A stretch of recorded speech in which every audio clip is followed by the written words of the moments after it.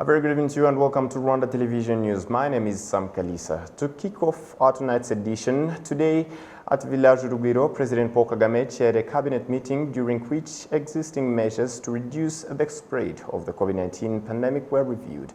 The meeting came at a time when 10 sectors in different parts of the country are still under the lockdown due to a surge in COVID-19 infection. It also comes as COVID-19 vaccination campaign for people above 18 years of age continues in the country. The last extraordinary cabinet meeting was held on 18th of August 2021, during which the Rwandan government applauded efforts made by different partners, including individual countries and organizations for the support in regards to availing COVID-19 vaccines. Moving ahead, peace-building experts have been noting that the newly created Ministry of National Unity and Civic Engagement has serious responsibilities when it comes to healing the wounds left behind by Rwanda's dark history and countering tactics meant to disrupt the unity Rwandans have built for themselves. Serge Ntore has the details. A cabinet meeting back in July this year approved the creation of the Ministry of National Unity and Civic Engagement, and on the 31st of August, the decision that Dr. Jean Damascene Bizimana should head it was made public. The new ministry is meant to reinforce the efforts made over the years by other institutions like the National Commission for the Fight Against Genocide, the National Unity and Reconciliation Commission, the National Electoral Commission, and others. ubushakashatsi tumaze iminsi dukora bugaragaza ko hakiri ibikomere binyuranye mu banyarwanda. The research we have been carrying out indicates that there are still wounds among the population, which means that this ministry must continue working to heal those wounds. Then there are the broader efforts to fight genocidal ideologies.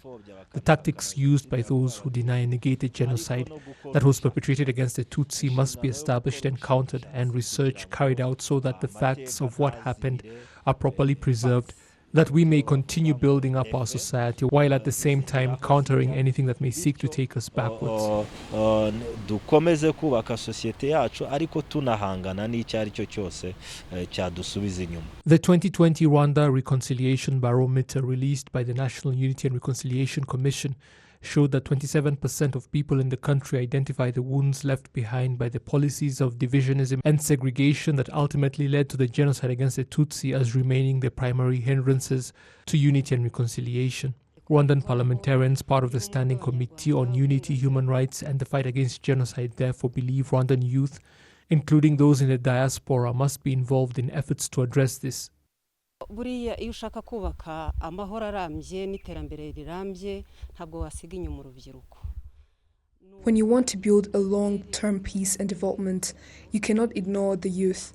Though I expect this new ministry will look at all age groups in its drive to promote unity, it cannot afford to leave out young people especially. I say this because young people make up a large portion of the population, but they did not experience the terrible past this country had to endure. Transforming them would be building up a peaceful society.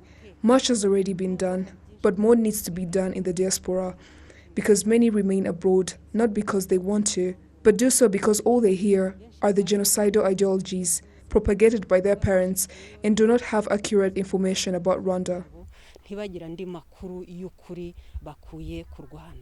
The man that is to head the new ministry understands the challenges that lie before him. The problem of genocidal ideologies is still evident, and you can see it in the figures of the judicial sector. The fact that between 100 and 200 people each year are investigated because of such crimes shows us that even though we have been making progress, there are still those held captive by that bad history. Sometimes you find young people included, and obviously they get such ideologies from their families. That will therefore require coordinating with the Ministry of Gender and Family Promotion to ensure that the sort of upbringing children get is truly based on Rwandan cultural values, and that all Rwandans understand that they need to love their country because it belongs to all of them, not just a few individuals.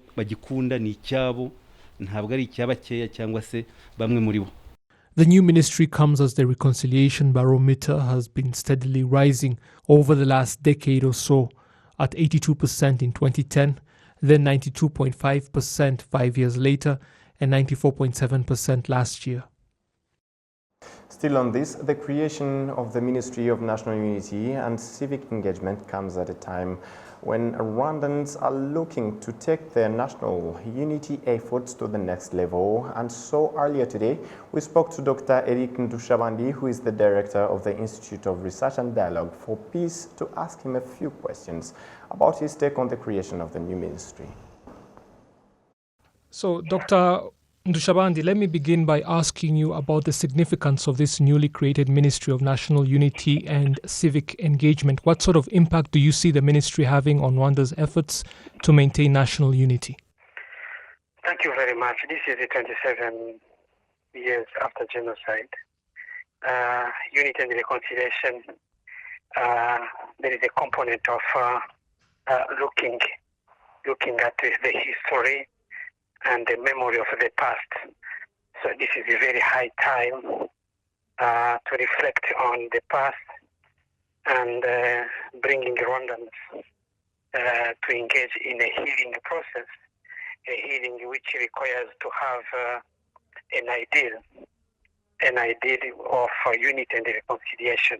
But this is a high time now to see if all this can be highly institutionalized, to bring it at the ministerial level and not just commissions. I think it is very significant because it will have more space, more capacities, and set some spaces of what we call work of memory or travail de mémoire, and this means to engage on issues and the problems of the past, which brings Rwandans or brought Rwandans to engage in genocide. But what is important is to fix the idea of unity and reconciliation and bring Rwandans to this idea. So see, I'm expecting from this ministry, for example, to open up more spaces for young people, for the youth, but also for the other generation, engaging in intergenerational dialogue, communication around what are the main issues, what are the different interpretations of the genocide and the causes, but really to build on the right narrative, and the people to be educated about what are the causes of the genocide, what have been the consequences, and to have a narrative which is very informed by or based on the idea of unity and reconciliation, and not just expressing any feelings which are very individual and destructive, as we have been seeing this last time on social media and so on. So responsible citizen is created through a very formal civic education program. Yes, in your assessment, would you say Rwandans now more than ever understand the importance of maintaining peace and unity? Exactly. This is a phase of consolidating, by the way, and the consolidation of what have been acquired through all this education, political education, in Ngando and Itorero, which is related to culture and values guiding the Rwandan. It is a very high time now to see if now people can get out and engage in the society to deal with the problems in the society, not just to wait for political leaders to go and invite them, but engaging from individual and very civic level. So, which requires another stage where the reconstruction of Rwanda is based on convincing and personal convictions that it is a matter of a citizen from a young age to the elders through intergenerational dialogue, where all this generation will be continuously exchanging from non-formal structures, but in education. And finally, what sort of message do you feel the creation of this ministry sends when it comes to the commitment of Rwandans to safeguarding their unity? The first message is to capitalize what has been acquired already from these 27 years. What are the benefits from Ingando and Itorero. How can we consolidate it and to bring people to own it and to make it sustainable? And the sustainability is expected from this civic education program, political education, where now people will say, this is now embedded in our families. So this requires the government to work hand in hand with the civil sector organization.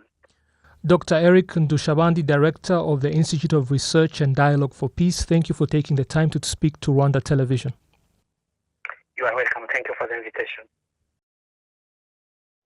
Moving ahead, the Rwanda Food and Drugs Authority says in partnership with BioNTech, Rwanda will start manufacturing tuberculosis and malaria vaccines next year, 2022, with other vaccines such as for COVID-19 to follow suit after. Rwanda FDA administration says that manufacturing our own vaccines is looking for our own solutions aimed at creating a healthier country and preventing Rwandans from being affected by diseases that would be dangerous to them. Gloria Mutesi reports. As Rwanda prepares to start manufacturing its vaccines and other different medicines, Mukunzi Antoine, the division manager at the Quality Control Laboratory, says that having such a laboratory is one of the most important infrastructure to have. Laboratory ikintu ifasha cyane no gufasha kugira ngo koko habe bwa bugenzuzi buhoraho. The laboratory helps in terms of constant inspection to know that the medicine manufactured meets the international standards, for people to be sure that vaccines are safe. Medicine itself can be poison if inappropriately used or when it doesn't fulfill the required standards. It should be manufactured carefully so that it doesn't have negative effects on people's lives. Rwanda FDA says through the partnership with BioNTech, Rwanda will start manufacturing vaccines at the beginning of next year, 2022. The Director General of the Rwanda FDA, Dr. Emile Bienvenu, says that one of the reasons they decided to work with the BioNTech is the state-of-the-art technology and the expertise they have in vaccine manufacturing. The technology bita RNA technology. They're not the only ones that use it, but it's an updated technology in terms of vaccine manufacturing. The mRNA technology that uses cells to make the vaccine. When people hear of vaccines, they think it's something that causes diseases that are not as severe as the original, and that it is given to someone so that the body can become accustomed to it. But when you go beyond and study the cells that cause this disease, you can make the vaccine based on this information, and that's what this technology is specific for. So that's why we chose to go with this.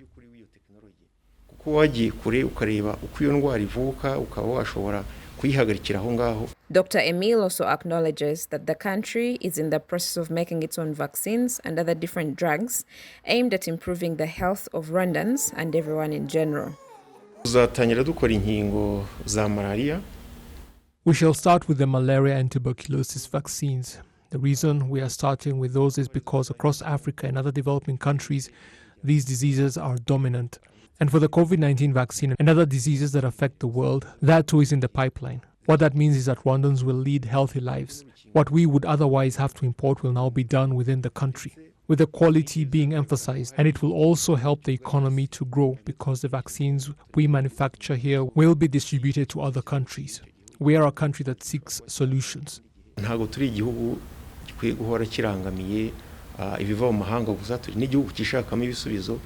Rwanda FDA says the manufacturing plant will be established in the special economic zone. Our plan is to ensure that all that is required to start come 2022 will be available.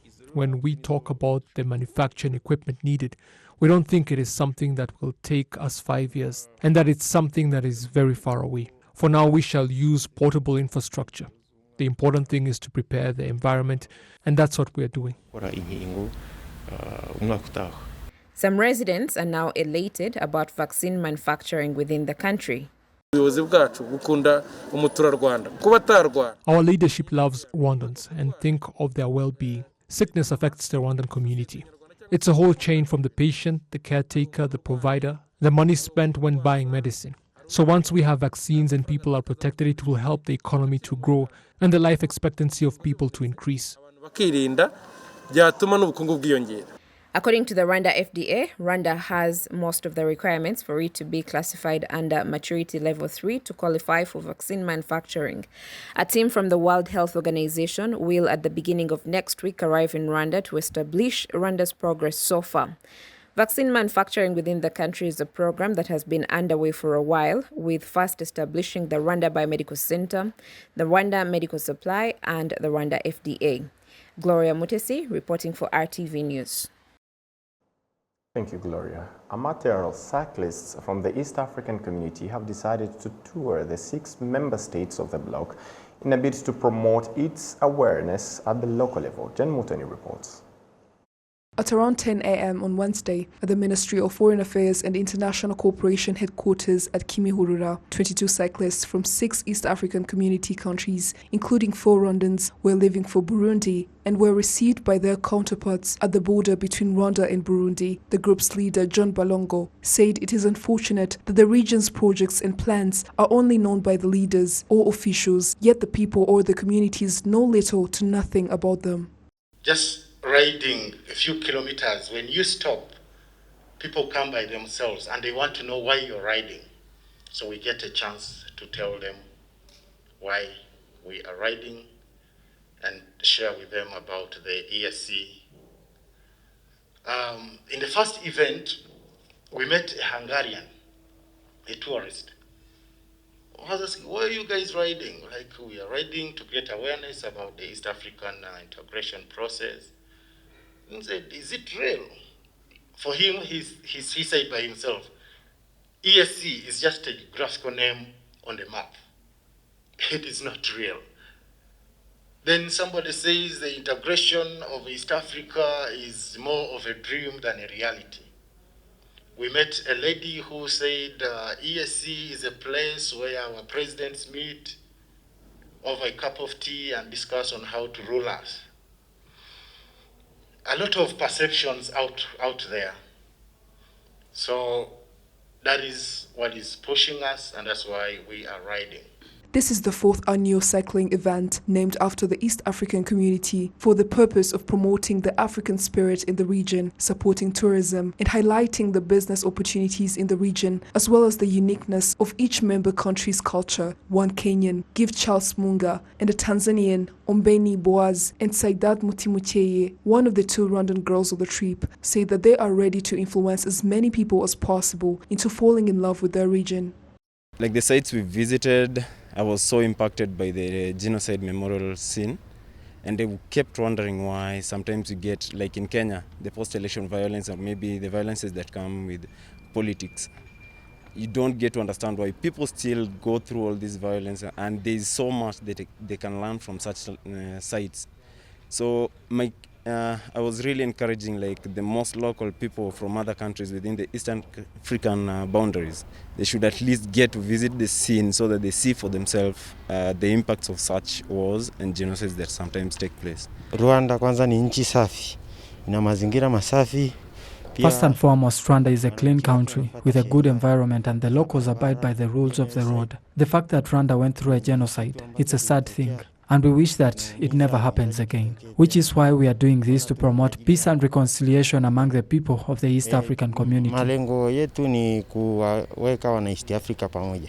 Korwa nagikunze kubera ko nahuriyemo n'undi mukobwa mugenzi wanjye hakazamo n'abandi byaba. I picked interest in this event because of my fellow girls whom we tour together, and wherever we go, we shall be encouraging other girls to join, as we shall be inspiring girls in other countries through showing them that we as girls are capable as well. Bakitabira tukazaza tugenderana.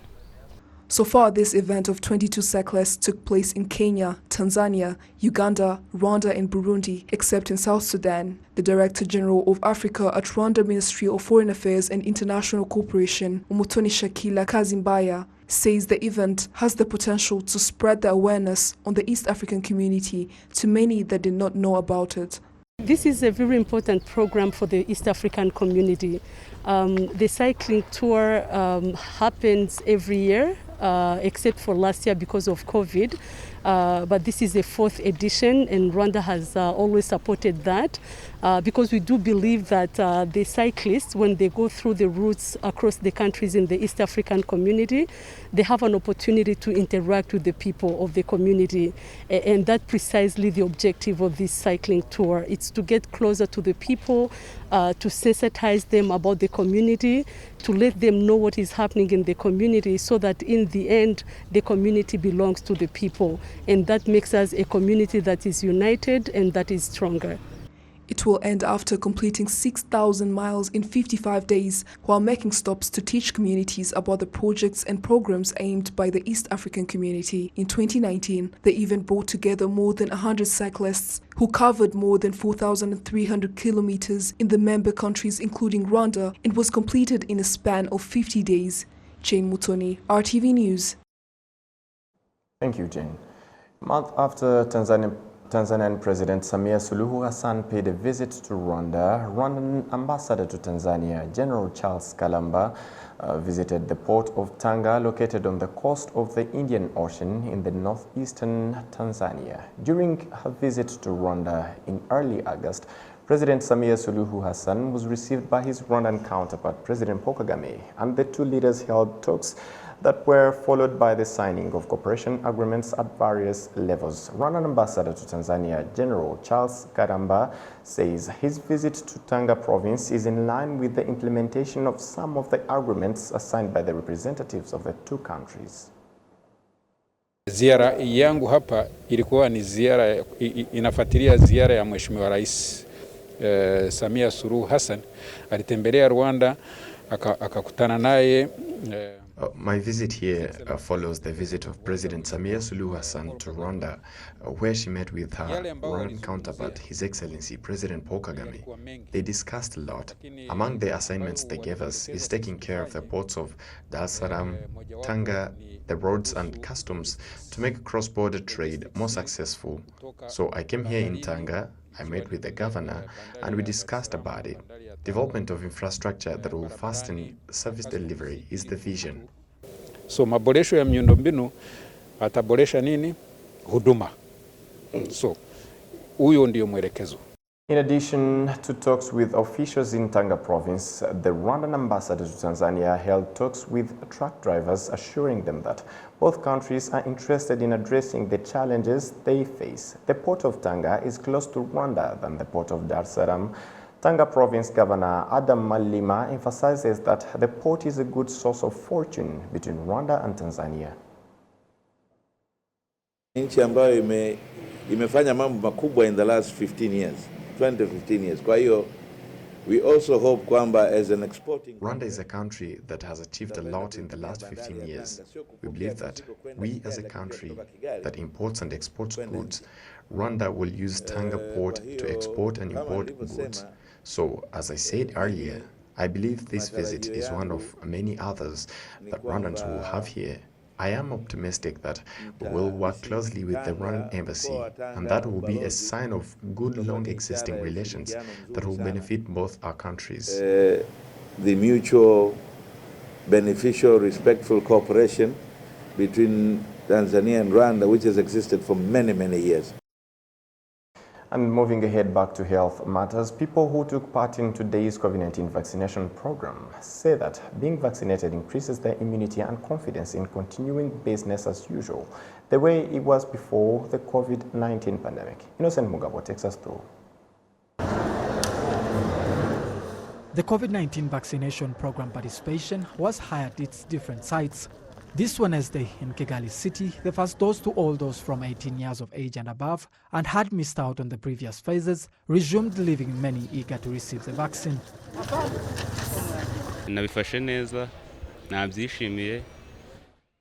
I am glad I have received this vaccine, as it will protect me and my friends, making me able to resume work without nothing to worry about.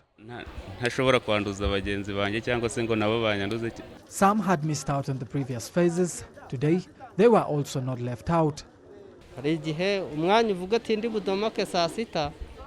are times you plan to pass by during the lunch break. You end up missing out and you end up waiting for the other phase.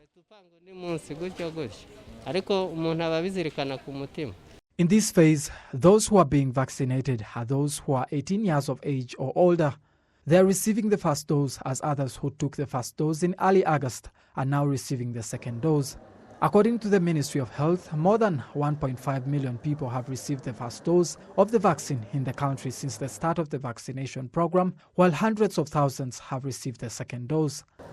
Innocent Mugabo, RTV News.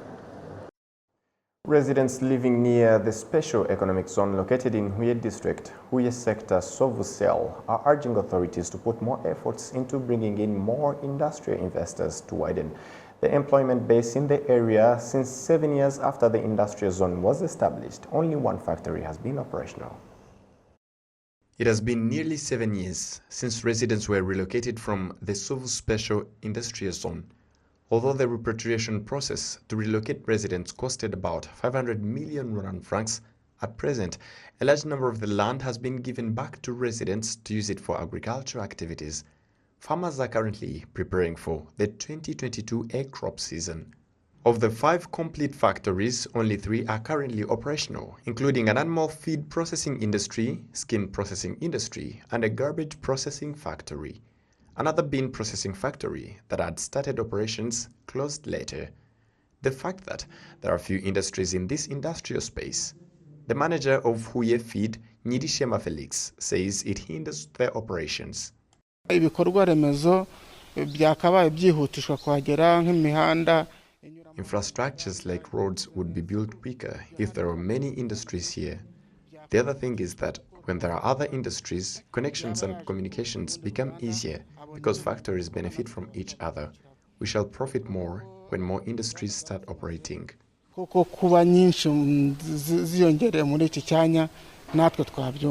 Residents near the area also say that the fact that it is not being used for its intended purpose is a loss to them. The fact that there are no investors is a loss because our children would be getting jobs and our houses would be rented. The government should help us to bring more factories here rather than all of them being established in Kigali. Only 2 factories are under construction in the area. Huye District Mayor Sewuteje Ange says more industries have applied to start operating in the area.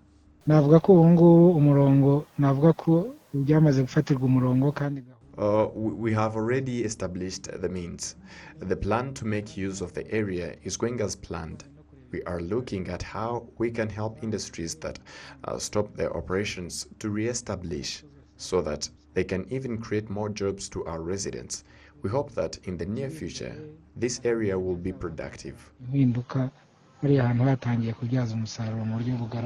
Although this special industrial zone has been electrified, infrastructures like roads are still lacking. On this, the mayor says the problem has been thought about. Yeah, the fact that there are no roads is a hindrance to investors who even want to establish industries here. But with the support from the Ministry of Trade and Industry, we are trying to find investors who can help us establish infrastructures like roads and houses where factories can operate from.